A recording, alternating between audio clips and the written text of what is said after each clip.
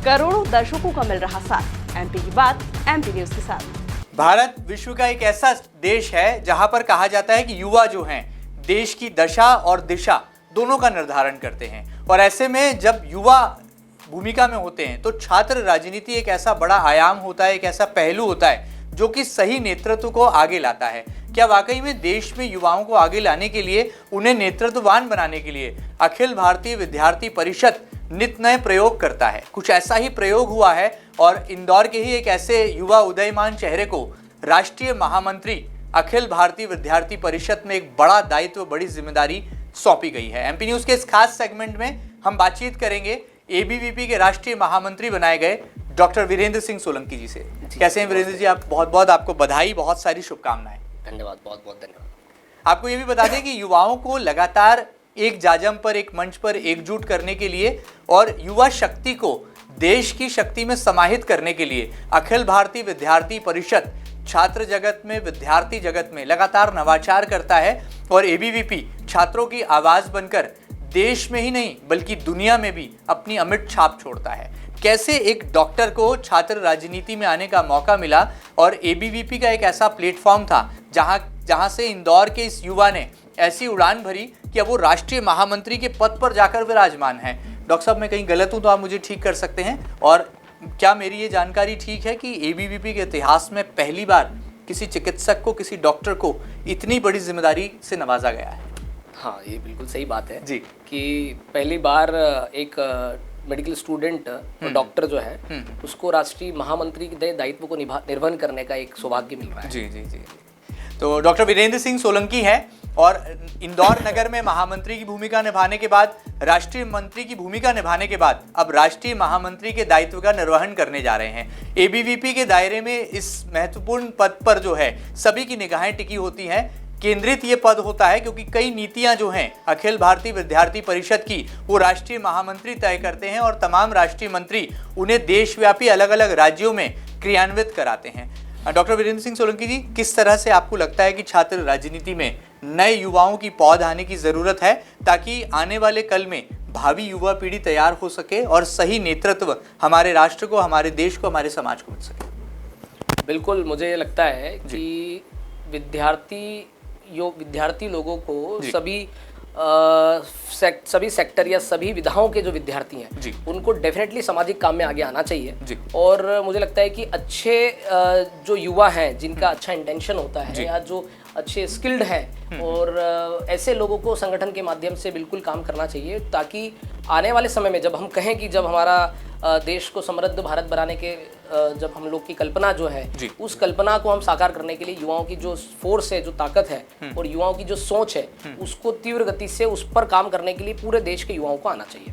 और हर जो विद्यार्थी है जो कैंपसों में पढ़ रहे हैं, यूनिवर्सिटीज़ में पढ़ रहे हैं, उनको ये सोच रखना चाहिए कि हम किसी भी माध्यम से, मैं अखिल भारतीय विद्यार्थी परिषद का कार्य करता हूँ, विद्यार्थी परिषद ने आधा अपॉर्चुनिटीज़ हैं और हमारे हज़ारों लाखों कार्यकर्ता देश के लिए काम करते हैं पूरे साल भर सतत।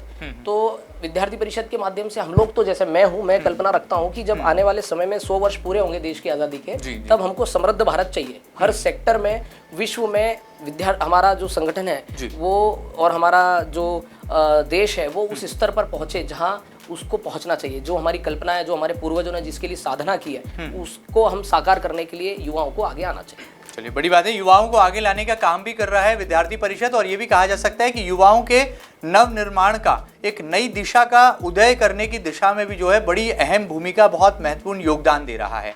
आपके बारे में थोड़ा जानना चाहेंगे डॉक्टर साहब कि किस तरह से छात्र राजनीति में आपका पदार्पण हुआ और इंदौर, जिसे कि सियासत का सबसे बड़ा केंद्र माना जाता है, एमपी की पॉलिटिक्स का कहा जाता है कि हलचल भरा शहर यदि कोई है तो वो इंदौर है। यहाँ से ही राजनीति की दशा और दिशा दोनों तय होती है और यहाँ पर एबीवीपी में रहकर दायित्व का निर्वहन करना, उसके बाद राष्ट्रीय स्तर पर जिम्मेदारी का निर्वहन करना कितना मुश्किल, कितना आसान और कैसे ये सफ़र शुरू हुआ, थोड़ा सा इसके बारे में बताइए। जी, सबसे पहले तो मैं आपको यही कहूँगा कि विद्यार्थी परिषद का काम जो है हम लोग छात्र राजनीति, आप जो शब्द यूज़ कर रहे हैं, मुझे लगता है वो छात्र संघ चुनाव से संबंधित होता है।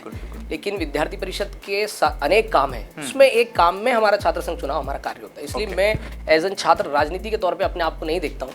मैं ये देखता हूँ कि मैं एज एन स्टूडेंट होकर संगठन के विचारों के साथ मैं देश और समाज को किस प्रकार से डिलीवर कर सकता हूँ, कुछ सर्विस डिलीवर कर सकता हूँ या उसके योग्य बन सकूँ, उसके लिए काम करने के लिए हम लोग करते हैं। और हमारे जो रही बात मेरे शुरुआत की, तो मेरी शुरुआत इंदौर से ही हुई, भंवरकुआ चौराहे पर। जब मैं कॉलेज से निकल कर शाम के टाइम निकल रहा था, घर जा रहा था, तो एक युवाओं का भीड़ मुझे दिखा राणावत ट्रेड सेंटर के नीचे। जी जी। और वहाँ पर भीड़ दिखी तो हम भी कुछ दोस्त लोग ग्रुप में थे, हमने सोचा कि देखते हैं क्या हुआ।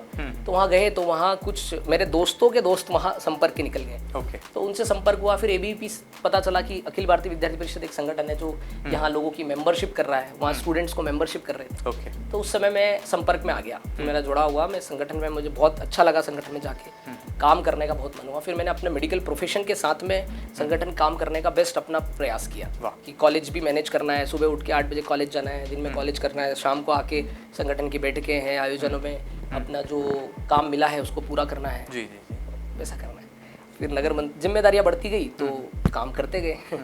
तो कोई लक्ष्य था, कोई मंजिल आपने तय की थी कि इस मंजिल को छूना है या ये लक्ष्य को हासिल करना है? नहीं, ऐसा कोई लक्ष्य नहीं था, केवल सेवा के माध्यम हाँ, को आगे बिल्कुल। ये मन में ये जरूर था कि यार ये काम बहुत अच्छा है, इसमें मजा आता है। एक तो मजा आता था, दूसरा ये था कि ये काम ऐसा लगता था कि इस संगठन के काम से हम स्टूडेंट्स की समस्याओं को एड्रेस कर पा रहे हैं। मतलब मैं कॉलेज में था, ऑरबिंदो मेडिकल इंस्टीट्यूट में मेरी MBBS की पढ़ाई हुई है, तो जब मैं फर्स्ट ईयर में ही था तो कई ऐसे इश्यूज होते थे जो हमारे कॉलेज में हमको पता चलते थे, स्टूडेंट्स की प्रॉब्लम्स थी वो हमको मिलते थे तो पता चलती थी। फिर हम लोग जब संगठन के पटल पर रखते थे, बात होती थी हमारे संगठन के लोगों से, सब बोलते थे कि इसको सोल्यूशन करना चाहिए। तो हम जब उसके सोल्यूशन के लिए जाते थे तो वो होता था। तो 2-3 बार मैंने ऐसा देखा कि मैं तो भीड़ के तौर पे गया हमारे उस समय के कार्यकर्ताओं के साथ जी। जब मैंने देखा कि यार वास्तव में स्टूडेंट की समस्या सॉल्व हो रही है और उसमें मजा आने लगा, मुझे लगा कि यार ये काम ऐसा है जो हमारे स्टूडेंट लाइफ को मीनिंगफुल बना रहा है, तो मुझे लगता है कि इसमें आगे बढ़ना चाहिए। फिर वो सोचकर वो फील आने लग गए, हम आगे बढ़ते गए। तो ये माना जाए कि जो विद्यार्थी परिषद के जो नेतृत्व करते हैं वो बड़े क्रांतिकारी होते हैं और आपको क्रांति पसंद थी, इसलिए आपने कहा कि छात्रों के साथ क्रांति लाई जाए। बिल्कुल, ये समझ सकते हैं आप। तो चलिए बहरहाल आगे बढ़ते हैं। आपको ये भी बता दें, यहाँ पर आपको जानकर ये भी ताज्जुब होगा कि अखिल भारतीय विद्यार्थी परिषद एक ऐसा संगठन है जहाँ से नेतृत्वकर्ता निकलकर भारतीय जनता पार्टी के बड़े और शीर्ष पदों पर विराजमान होते हैं। वर्तमान में भारतीय जनता पार्टी के प्रदेश अध्यक्ष विष्णुदत्त शर्मा और खजुराहो से जो सांसद भी हैं, उन्होंने भी अखिल भारतीय विद्यार्थी परिषद में राष्ट्रीय महामंत्री की भूमिका निभाई है, जिस पर अब डॉक्टर वीरेंद्र सिंह सोलंकी विराजमान हैं। तो क्या ये माना जाए डॉक्टर साहब कि आप भी भविष्य के आने वाले भारतीय जनता पार्टी के एक बड़े और कद्दावर नेता बनने वाले हैं?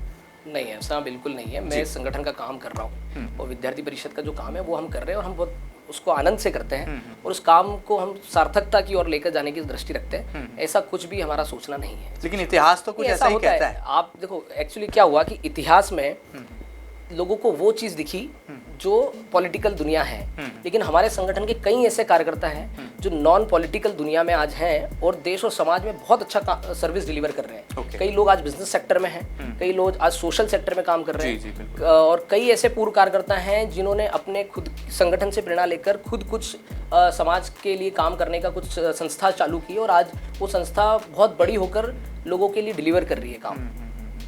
तो वीरेंद्र जी क्या लगता है, जरूरी नहीं होता है कि विद्यार्थी परिषद का कार्यकर्ता राजनीतिक क्षेत्र में ही जाए, ये मैं आपको थोड़ा कहना चाहूंगा। जी जी। हाँ, ये है कि दिखते हैं कुछ लोग ऐसे हैं इसलिए लोगों की बाहर से दृष्टि ऐसी होती है। लेकिन रेफरेंस के तौर पर अगर आपको बताऊं तो वर्तमान में प्रदेश के मुख्यमंत्री डॉक्टर मोहन यादव जी राष्ट्रीय मंत्री अखिल भारतीय विद्यार्थी परिषद की भूमिका निभा चुके हैं।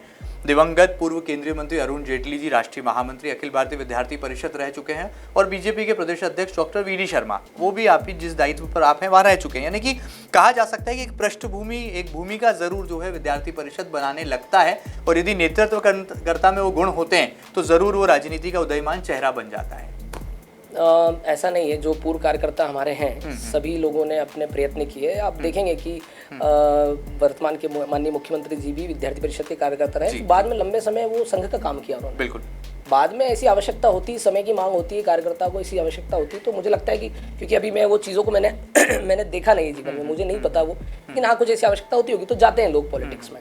लेकिन मुझे ऐसा लगता है कि हमारे संगठन के लोग जो है इस दृष्टि के साथ काम नहीं करते हैं कि उनको राजनीतिक क्षेत्र में जाना है। वो समाज देश के लिए काम करते हैं, जैसी आवश्यकता समाज को है वैसा व्यक्ति हमारा कार्यकर्ता जाता है। चलिए, बड़ी बात है। समाज की जरूरत के मुताबिक जो है एबीवीपी अपनी नीति निर्धारण भी करता है और आने वाले कल में क्या कोई गुणात्मक नेतृत्वकर्ता या नेता राजनेता बन सकता है, इसकी कहानी जो है उसकी मेहनत पर भी डिपेंड करती है और ये कहा जा सकता है एक पृष्ठभूमि जरूर जो है, एक उड़ान भरने के लिए प्लेटफॉर्म जरूर जो है एबीवीपी साबित होता है। बहरहाल आगे बढ़ते हैं वीरेंद्र जी। एक डॉक्टर होने के नाते आपका जो प्रोफेशन है वो आपको मानव सेवा की भी सीख देता है, इंसानियत का धर्म जो है वो सिखाता है। तो क्या माना जाए, कैसे इंसानियत या मानवता की सेवा के साथ साथ छात्र राजनीति के शीर्ष पद का भी आप जो है निर्वहन करने वाले हैं, और कैसे अपनी इस भूमिका को देख रहे हैं? कितना मुश्किल कितना आसान आपके लिए रहेगा ये सफर? मैं सबसे पहले तो आपको एक चीज़ क्लियर करता हूँ कि हमारे संगठन में जी कोई पद नहीं है, हम इसको दायित्व से संबोधित करते हैं। ये व्यवस्था है, एक जिम्मेदारी है, उस पर परिवर्तन होते रहता है। हर कार्यकर्ता आते हैं, काम करते हैं, जाते हैं। तो हमारी जिम्मेदारी, जैसे मुझे, मेरा सौभाग्य है कि मुझे इतनी बड़ी जिम्मेदारी निर्वहन करने का अवसर मिला, मौका मिला। तो जो मौका मिला है उसके माध्यम से हम लोग जो बेस्ट से बेस्ट स्टूडेंट्स के लिए होगा, समाज के लिए, देश के लिए होगा, उस पर काम करेंगे और करने वाले हैं। हमारी कई प्राथमिकताएं हैं, हम कुछ उस पर काम करने वाले हैं, स्टूडेंट फेवर में, वेलफेयर में करने वाले हैं। हमारा पिछले समय से कोई अभियान भी चल रहे हैं जो स्टूडेंट्स के लिए हैं।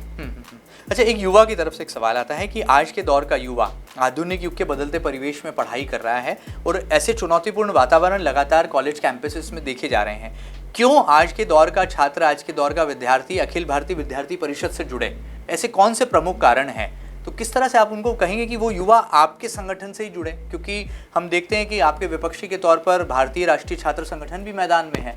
तो एबीवीपी को क्यों ही आज का युवा चुने? देखो, एक्चुअली एबीवीपी क्या है, एबीवीपी सतत साल भर कैंपस में काम करती है। कोई हम लोग छात्र संघ चुनाव के समय नहीं आते हैं, ना कोई ओकेशनली की 6 महीने में एक बार कुछ हम लोग कर रहे हैं जी। हम पर डे, हमारे कार्यकर्ता पर डे देश के हजारों कैंपसेस में काम कर रहे हैं। और पर डे हमारा कोई मोटिव नहीं होता, हमारा काम था स्टूडेंट वेलफेयर, स्टूडेंट्स के जीवन को दिशा देना, उनके लिए बेस्ट जो हो सके उनके प्रॉब्लम्स का सॉल्यूशन करना, चाहे वो कॉलेज स्तर की हो, महाविद्यालय स्तर की हो, विश्वविद्यालय स्तर की हो, या शासन स्तर की, प्रदेश शासन या राज्य शासन या राष्ट्रीय स्तर पर केंद्र शासन से जब कुछ ऐसी विषय हो, तो हर स्तर की जो समस्या है उसको सॉल्यूशन तक पहुंचाने का काम विद्यार्थी परिषद के कार्यकर्ता करते रहे। और दूसरी बात की विद्यार्थी परिषद से क्यों जुड़े? विद्यार्थी परिषद से जुड़ने के कई अनेक कारण हैं। हर विद्यार्थी को कुछ ना कुछ एक उसका मर्म मिल जाएगा, जिस मर्म से वो विद्यार्थी परिषद के साथ बिल्कुल देह के साथ और दिल के साथ जुड़ेगा और कार्य करेगा। क्योंकि विद्यार्थी परिषद का बहुत मल्टी डायमेंशनल वर्क है। और हमारा कोई एक एस्पेक्ट नहीं है कि भाई हम एक छात्र संघ चुनाव के समय आ गए और लड़ लिया। हमारा काम है व्यक्ति निर्माण करना। व्यक्ति निर्माण से हम राष्ट्र निर्माण की ओर आगे बढ़ते हैं। और हमारा ध्येय है कि राष्ट्रीय पुनर्निर्माण विद्यार्थी परिषद का काम है, उसको पूरा करने के लिए हम व्यक्ति निर्माण करते हैं। व्यक्ति निर्माण मतलब क्या? व्यक्ति निर्माण मतलब एक सामान्य सा विद्यार्थी जैसे मैं था, मेरे अंदर देश के लिए काम करने की भावना जगाना, मेरे अंदर वो सारी आवश्यक स्किल्स जगाना जो संगठन और समाज और विद्यार्थी समुदाय को आवश्यक है। ऐसी जगाना, ऐसी स्किल्स को डेवलप करने का काम संगठन है। तो ऐसे व्यक्तित्व को निर्माण करते हुए हम राष्ट्र को निर्माण कर रहे हैं, तो उसके लिए काम करते हैं। और बहुत मल्टी डायमेंशनल काम है हमारा, आयाम है जिसमें हम कुछ पर्यावरण से रिलेटेड एसएफडी के माध्यम से काम करते हैं। कुछ काम हमारे जो सेवा प्रकल्प के हैं जिसमें स्टूडेंट फॉर सेवा के माध्यम से करते हैं। तो ऐसे कुछ कला मंच के माध्यम से होते हैं जिसमें हम लोग कल्चरल और जो आर्टिस्ट की दुनिया है उसको लेकर हमारा एक्टिविज्म डेवलप होता है। कुछ हमारे एक्टिविज्म में जो खेलो भारत हमारा आयाम है उसके माध्यम से हम स्पोर्ट्स के एक्टिविज्म जनरेट करते हैं। तो जो स्टूडेंट जिस विधा में इंटरेस्ट रखता है वो उसके माध्यम से हमारे संगठन में जुड़ता है। चलिए, बड़ी बात है। व्यक्ति निर्माण से राष्ट्र निर्माण तक की जो कहानी है वो अखिल भारतीय विद्यार्थी परिषद में जो है देखने और अनुभव करने को मिलती है। और उम्मीद की जा सकती है यहीं से निकलने वाला जो नेतृत्व है किसी दिन राज्य और राष्ट्र को भी जो है एक बड़ा नेतृत्व दे सकता है। ऐसी संभावनाएं अपार नजर आती हैं। आगे बढ़ते हैं डॉक्टर साहब, मेरे मन में एक सवाल है कि न्यू एजुकेशन पॉलिसी जैसे ही एग्जीक्यूट हुई, नई शिक्षा नीति के लागू होने के बाद अखिल भारतीय विद्यार्थी परिषद की जिम्मेदारी और भूमिका और महत्वपूर्ण हो जाती है। और कैसे आपको लगता है कि इसके सही क्रियान्वयन और इसके परिणाम स्वरूप जो है आत्मसात करने की ध्यान केंद्रित करने की जरूरत है?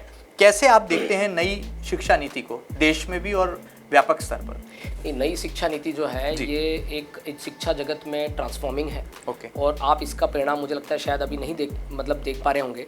कुछ समय और जाने दें। शिक्षा नीति पर जब शिक्षण संस्थानों के अंदर बदलाव हो जाएगा पूर्णतः, और जब एक पीढ़ी पूरी निकल जाएगी एनईपी की, नेशनल एजुकेशन पॉलिसी के माध्यम से, तब आप देखिएगा। अभी भी मैं तो देखता हूँ कि कई विद्यार्थी हमसे जुड़े हुए हैं, उनके पास इतने अनेक ऑप्शन खुल गए हैं कि वो एक कोर्स में पढ़ते हुए अगर उसको दूसरे कोर्स में जाना है तो वो वहाँ से एग्जिट लेकर वहाँ एंट्री कर सकता है। दूसरा, कई विद्यार्थी ऐसे हैं जिनका हमने ये भी देखा है कि उनका वोकेशनल कोर्सेज जो उसमें बहुत इंटरेस्ट होता है, लेकिन वो अवेलेबल नहीं होने के कारण अभी तक क्या होता था कि वो लोग जो हमारे परंपरागत कोर्सेज हैं उसमें एडमिशन ले लेते थे, और उन कोर्सेज के लिए वो कोई सर्टिफिकेट या ऑनलाइन या बहुत सारे स्टूडेंट्स आउट ऑफ इंडिया जाते थे। तो वो कोर्सेस आज यूनिवर्सिटीज़ में अवेलेबल होने के कारण स्टूडेंट्स का इंटरेस्ट और बढ़ते गया है और मुझे लगता है कि और मल्टी डायमेंशन में हमारे देश के स्टूडेंट्स के लिए ऑप्शंस अवेलेबल होने लगे।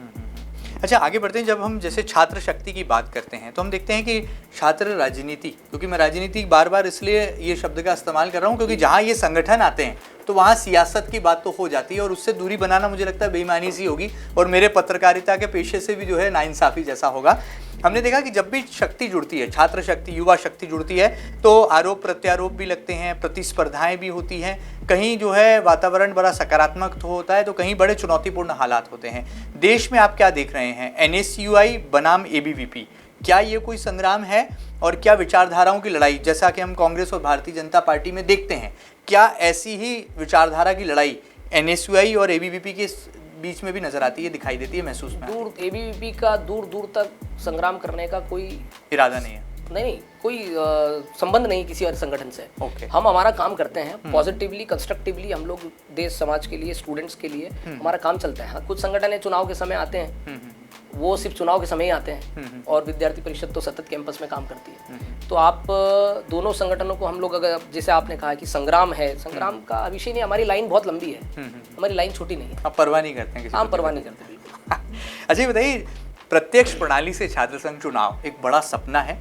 जिस वक्त हुआ करते थे, देश को कई बड़े नेतृत्वकर्ता, कई विधायक, कई सांसद और कई बड़े शीर्ष पदों पर बैठे चेहरे निकल कर आते थे छात्र संघ प्रत्यक्ष प्रणाली के चुनावों के बाद। आपको लगता है अब देश में वो नौबत आन पड़ी है, वो ज़रूरत आन पड़ी है, वो घड़ी आ गई है कि फिर एक बार प्रत्यक्ष प्रणाली से छात्र संघ के चुनाव होना चाहिए? अखिल भारतीय विद्यार्थी परिषद क्या सोचती है? बतौर राष्ट्रीय महामंत्री आपके क्या विचार हैं? मैं जी, बतौर वीरेंद्र सोलंकी, राष्ट्रीय महामंत्री, मैं ये सोचता हूँ कि छात्र संघ चुनाव एक आवश्यक होता है कैंपसों में, जिससे विद्यार्थियों के अंदर का नैसर्गिक और जो नेचुरल नेतृत्व है निकलने की एक अपॉर्चुनिटी होती है, वो होना चाहिए और उसकी मांग विद्यार्थी परिषद हमेशा करती है और हम अभी भी कर रहे हैं। आने वाले समय में हमारी मांग रही है, पिछले साल भी हमने किया।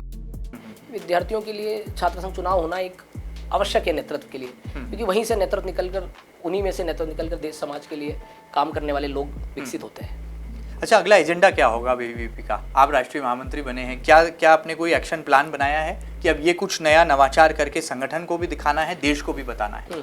जी नहीं, अगला हमारा जो मैं बोलूँगा एजेंडा जो है, वो एजेंडा हमारा ये है, वर्तमान अभी तक जो तय है कि हम लोग आने वाले समय में विद्यार्थियों के लिए कुछ 2-3 विषयों पे काम करने वाले हैं। बिल्कुल, और कुछ 2-3 विषय पे हम ऑलरेडी कर रहे हैं, उसको कंटिन्यू करने वाले हैं। एक विषय जो ये है कि अभी वर्तमान में हम अगर देखें तो भारत से लगभग 12 लाख विद्यार्थी हर साल विदेश पढ़ने जा रहे हैं। जी जी, बिल्कुल। अपने देश के उपराष्ट्रपति जी ने भी इसका उल्लेख किया है। तो 12 लाख विद्यार्थी जब बाहर पढ़ने जा रहे हैं, उनका कुछ कारण ये होता है कि विद्यार्थी या तो बाई चॉइस जा रहा है जी, या विद्यार्थियों को यहाँ पर जो गुणवत्तापूर्ण, जो बिल्कुल क्वालिटी एजुकेशन है, वैसा क्वालिटी शिक्षण संस्थान नहीं मिल पा रहे, तो उसके लिए यहाँ पर कमी होना। तो हमारा भी यह है कि आने वाले समय में हम लोग देश की जो शिक्षण संस्थानों की गुणवत्ता है वो और कैसे बढ़े, और वैश्विक स्तर पर कैसे पहुंचे, उस पर हम लोग काम करने वाले हैं। दूसरा हमारा एक एजेंडा या मुद्दा हम कहें तो जो शिक्षण शुल्क जो है, जो कॉलेजेस की, यूनिवर्सिटीज की, इवन गवर्नमेंट हो, प्राइवेट हो या प्राइवेट स्कूल्स भी हो, इनकी जो फीस इतनी हाइक हो गई ना,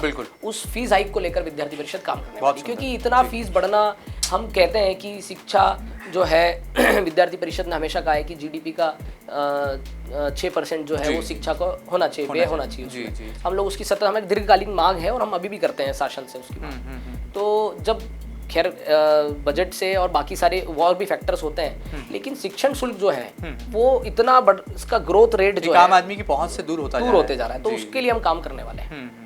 और अगर आपको मैं बताऊं तो एक अभी इस राष्ट्रीय अधिवेशन जो हमारा संपन्न हुआ है अभी हाल ही में गोरखपुर में, उस अधिवेशन में हमने कुछ प्रस्ताव भी पारित किए हैं। उसमें एक विषय हमने लिया है जो बड़ा ही मतलब कनेक्ट कर रहा है लोगों को और बहुत समय की मांग है। वो विषय है कि जो खाद्य पदार्थों में मिलावट हो रही है, जी जी जी, बहुत सुंदर विषय, उसको लेकर हम काम करने वाले हैं कि वो मिलावट नहीं रोकना चाहिए और मतलब उसको रोकना चाहिए, वो नहीं होना चाहिए। तो जो खाद्य पदार्थों की मिलावट है, जैसे हम कैंपसेस में देखें, कैंटीन्स में जो हमको मिल रहा है फास्ट फूड है, पैक्ड फूड है, एयरपोर्ट पे जाएंगे सारे रेलवे स्टेशन पे पैक्ड फूड है, वो पैक्ड फूड खा रहे हैं, हेल्थ खराब हो रही है और इसीलिए इतनी डिसऑर्डर्स भी यंग लोगों में बढ़ते जा रहे हैं। और दूसरा एक विषय कि लाइफस्टाइल भी जो है वो हमारी असंतुलित है, युवाओं की मेनली लेट नाइट स्लीप हो रहा है। आजकल हमारे पास फोन होता है, गजेट्स होते हैं, उनके उपयोग के लिए हम लोग देर रात तक जगते हैं, हमारा Physical स्क्रीन टाइम movement बहुत होता कम है, होता जा रहा है। हाँ फिजिकल इनएक्टिविटी हो रही है, उसकी वजह से भी अभी एक हाल ही में कुछ समय पहले मैंने डाटा देखा था WHO का, तो WHO के अनुसार 2020 में 20 तक जो लाइफस्टाइल डिसऑर्डर्स हैं वो 66% हो चुके बढ़े हैं, हाँ करेक्ट। तो 66 मतलब इतना है कि 100 में से 60 लोगों को लाइफस्टाइल डिसऑर्डर है, किसी को डायबिटीज़ है, किसी को हाइपरटेंशन है, किसी को ओबेसिटी हो रहा है, कोई डिप्रेशन में चले गए, वो भी फिजिकल इनएक्टिविटी के कारण। तो ये जो लाइफस्टाइल डिसऑर्डर्स भी बढ़ रहे हैं ना, इसका भी एक रीज़न है ये कि ये जीवन असंतुलित जीना, लाइफस्टाइल डिस्टर्ब लाइफस्टाइल जीना। तो हम लोग उस पर भी काम कर रहे हैं कि युवा जो हैं एक संतुलित लाइफस्टाइल, दिन जो ऋतुचर्या है उसके अनुसार लाइफ जिए, इससे ये जो स्ट्रेस होना, स्ट्रेस के बाद फिर लोग जो सुसाइडल टेंडेंसीज बन जाती है, की वजह से उठाते हैं हाँ एंजाइटी होती जा रही, तो इन सब चीज़ों से बचे, इसके लिए काम कर रहे हैं। और अभी एक विषय और है कि कुछ समय से देखने में आ रहा था कि कैंपसों में विद्यार्थियों की उपस्थिति जो है वो कम होती जा रही है। तो विद्यार्थी परिषद ने पिछले साल एक अभियान चलाया था, परिसर चलो अभियान। उस अभियान को हम इस वर्ष भी कंटिन्यू करने वाले हैं। और जो परिसर चलो अभियान है हमारा, उसके माध्यम से विद्यार्थियों को हम आह्वान कर रहे हैं कि आप कैंपस में आइए। और वहीं कैंपस में भी हम लोग प्रशासन से और जो स्टेक होल्डर्स हैं उनसे बात करके कि भाई एक कैंपस अनुकूल हो ना, इंटरेस्टिव हो स्टूडेंट के लिए, अट्रैक्टिव हो। अब कैंपस नीरस हो जाएगा तो स्टूडेंट आने का मन नहीं करेगा। करेक्ट। इसलिए हमने दोनों एस्पेक्ट, वातावरण का निर्माण, गतिविधियों का निर्माण, स्पोर्ट्स का एक्टिविज्म होना, ताकि स्टूडेंट्स का इंटरेस्ट बनता जाए। बिल्कुल ठीक बात है। और उसके अनुकूल पाठ्यक्रम भी विकसित हो। बिल्कुल ठीक बात, ताकि सिलेबस में भी ऐसे मॉडिफिकेशंस हो ताकि स्टूडेंट्स को अडॉप्ट करें। चलिए बड़ी बात है। यहाँ पर डॉक्टर वीरेंद्र सिंह सोलंकी हमें बहुत सारी बड़ी जानकारियाँ दे रहे हैं। जाते जाते हमें ये भी बता दीजिए कौन सा जादू है आपके पास कि जो है लगातार जो ग्रोथ रेट है वो बढ़ता जा रहा है और अभी ये पड़ाव है, मंजिल बड़ी दूर है। कोई जादू नहीं है, हम संगठन का काम है, बिल्कुल निष्ठा के साथ जो काम मिलता है संगठन से उसको करते हैं। हाँ। और कल्पना भी नहीं होती है और संगठन पता नहीं कहाँ से कहाँ जिम्मेदारी देता है। और ऐसे ही मुझे लगता है कि संगठन का काम होता है, कार्यकर्ताओं का निर्माण भी ऐसे ही होता है और कोई इसमें जादू नहीं है। अच्छा, आपके पीछे हजारों कार्यकर्ता कदम ताल करते हैं। हमने देखा जैसे ही आपकी नियुक्ति का ऐलान राष्ट्रीय अधिवेशन में हुआ और आपका अपने गृह क्षेत्र इंदौर में आना हुआ, एक बड़ा रैली नहीं बल्कि कहूँगा रेला निकला इंदौर में। गाड़ियों का बड़ा लंबा काफिला था, बहुत गाड़ियाँ थी, गुत्थम गुत्था हो रही थी, युवा शक्ति परिषद ऐसे नारे लग रहे थे, ढोल धमाके हो रहे थे। आपको एक बड़े राजनेता के तौर पर स्वागत करके जो है कार्यकर्ता ले जा रहे थे। किस तरह से इस तरह के शक्ति प्रदर्शन को देखते हैं और क्या पुलिस की अनुमति लेना ऐसे आयोजनों में, ऐसे शक्ति प्रदर्शन में अनिवार्य हो जाता है एबीवीपी के एक नेता के तौर पर, बड़े पदाधिकारी के तौर पर?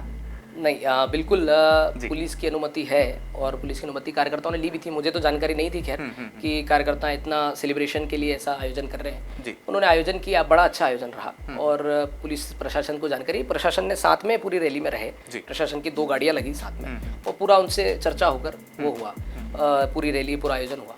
पर इसमें मैं आपको एक बात कहना चाहूँगा कि विद्यार्थी परिषद का जो कार्यकर्ता है ना, वो छात्र होता है और छात्र होने के नाते उसके अंदर एक उत्साह होता है, एक एंथुसियाज्म होना भी चाहिए, जोश भी होता है और उसके अंदर एंथुसियाज्म होना भी चाहिए। और वो जो एंथुसियाज्म है वो उस उम्र में कोई भी सेलिब्रेशन का मौका छोड़ते नहीं है। तो जो सेलिब्रेशन है कि भाई हमारे इंदौर से कार्यकर्ता, हमारे बीच से वीरेंद्र भैया को ये जिम्मेदारी मिली है, आ रहे हैं, तो एक उत्साह के माहौल में लोग सब एंजॉय करते हैं, सब सेलिब्रेट करते हैं, भारत माता की जय का नारे लगाते हैं, विद्यार्थी परिषद जिंदाबाद के नारे लगाते हैं, आनंद आता है उस चीज में। तो ये सिलसिला चलता रहेगा, ये रैलियां इसी तरह से निकलती रहेंगी पूरे प्रदेश में, पूरे देश में? अब ये तो मैं नहीं कह सकता, जहाँ जाएंगे वहाँ के कार्यकर्ता स्वागत के तौर पे करते हैं, अलग अलग प्रकार से स्वागत करते हैं। आप दक्षिण भारत में जाएंगे तो अलग प्रकार से स्वागत होता है, उत्तर भारत, उत्तर प्रदेश क्षेत्र में अलग प्रकार से होता है। हमारे मालवा का भी नेचर है, बिल्कुल ठीक, और मालवा के लोग हैं, तो मालवा का नेचर है, मालवा में जैसा स्वागत का एक हमारा इतिहास है वैसे तरीके से करते हैं लोग। चलिए, आखिर में जाते जाते क्या संदेश होगा देश के युवाओं के लिए अखिल भारतीय विद्यार्थी परिषद के राष्ट्रीय महामंत्री डॉक्टर सोलंकी का?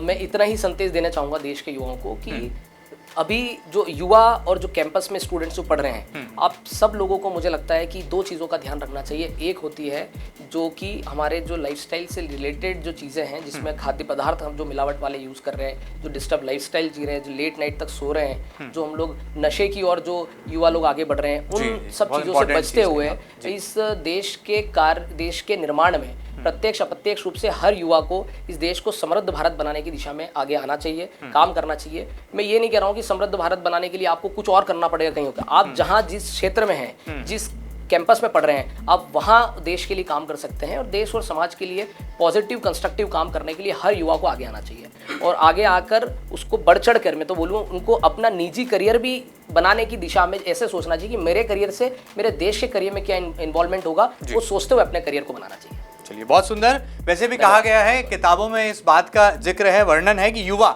ये शब्द में ही बहुत सारी शक्तियां समाहित हैं। इस शब्द को जब पलट दिया जाए तो वायु बन जाता है, और जब ये वायु धीमी गति से बहती है तो शीतलता देती है, लेकिन जब तेज रफ्तार पकड़ लेती है तो आंधी और तूफान का रूप ले लेती है।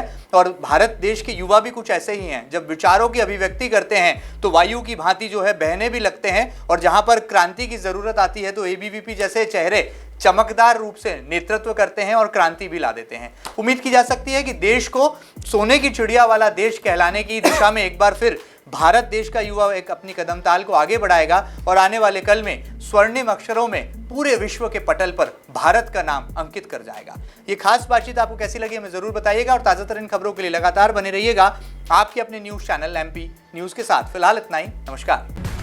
करोड़ों दर्शकों का मिल रहा साथ, एमपी की बात एमपी न्यूज के साथ।